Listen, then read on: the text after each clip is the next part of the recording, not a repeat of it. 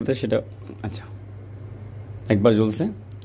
So 5বার LED জ্বলতেছে। 5বার LED জ্বললে মূলত যেটা হয় কি সমস্যা সেইটা আমরা দেখব।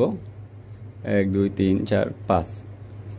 তো আপনি এটা দেখতেছেন যে 5বার জ্বলতেছে, আবার দেখেন 5বার। সো এই এলইডি 5বারের জন্য কি করা লাগবে সেই সমাধানটা আমরা আমাদের ভিডিওর মাধ্যমে আপনাদেরকে দেখাবো। কারণ আমি দেখলাম প্যানাসোনিক, আমার কাছে দেখেন কম্প্রেসার থেকে শুরু করে সব কিছুই আছে অলরেডি।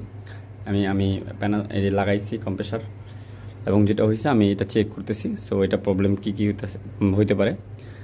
এখানে আর একটা সেন্সর আছে, সেটা হলো এখানে এই যে আমার কাছে, সেটা হলো এই দেখেন কেএসডি 100°C, মানে এটা একটা কি, এটা একটা টেম্পারেচার সেন্সর।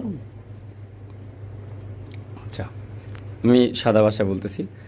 তো এখন এই যে 5টা এলইডি আসতেছে, এই 5টা এলইডি বা 5বার ব্ল্যাঙ্কিং করতেছে, এর প্রবলেমটা মূলত কি দেখেন। এই প্যানাসোনিক মানে পিসিবিটা অথবা এই ড্রাইভারটা ঠিক ওই ওয়েলটনের মতো বা অন্যান্য বাংলাদেশি যে পিসিবি বা চাইনিজ যে পিসিবি আছে এরকম সবগুলোর মতো না।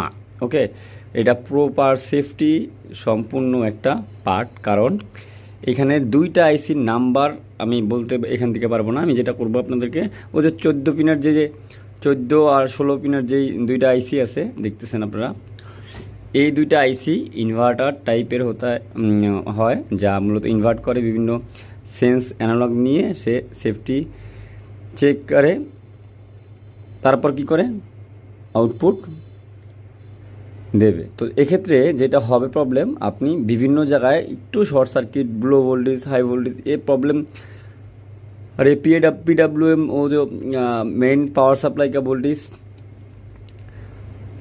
কোনো জায়গাতে যদি কোনো ধরনের সমস্যা থাকে তাইলে এই ড্রাইভারটা চলবে না। এটা সেফটি সম্পূর্ণ একটা কাজ, এইটাই এখানে আমরা সমাধান করে দেখব। আর এই সেম সমস্যা মেবি দুটোটার ভিতরেই আছে, আমি যতটুকু বুঝতে পারলাম।